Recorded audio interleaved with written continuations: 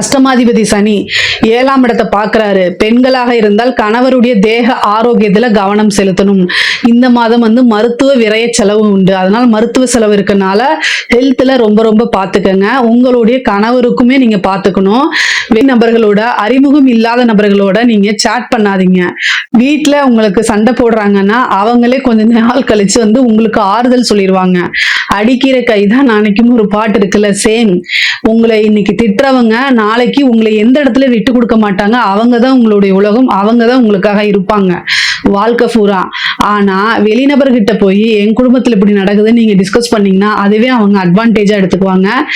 இந்த காலத்துல நியூஸ்ல நிறைய விஷயங்கள் வருது, அதெல்லாம் பார்த்து பொறுமையா இருங்க, அழுகுங்க, வேற ஏதாவது உங்களுக்கு பிடிச்ச விஷயங்களை செஞ்சு பழகுங்க.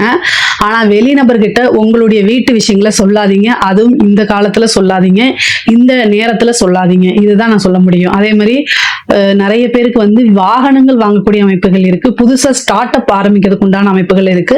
அதெல்லாம் செய்யுங்க, போக்கஸா அதுல செலுத்துங்க, சூப்பரா வந்துருவீங்க.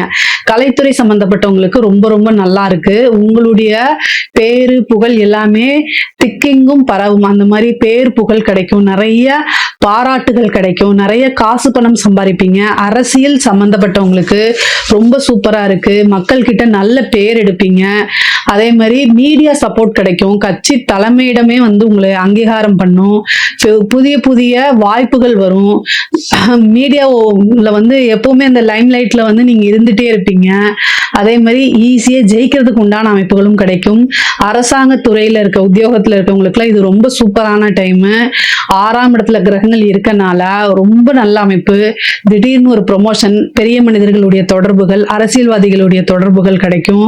அது மூலியமா நல்ல ஆதாயங்கள் பெறக்குண்டான அமைப்புகள்லாம் இருக்கு. உங்களுக்கு மிதுன ராசியை பொறுத்த வரைக்கும் காசு பணம் நிறைய சம்பாதிக்கக்கூடிய அமைப்புகள்லாம் இருக்கு.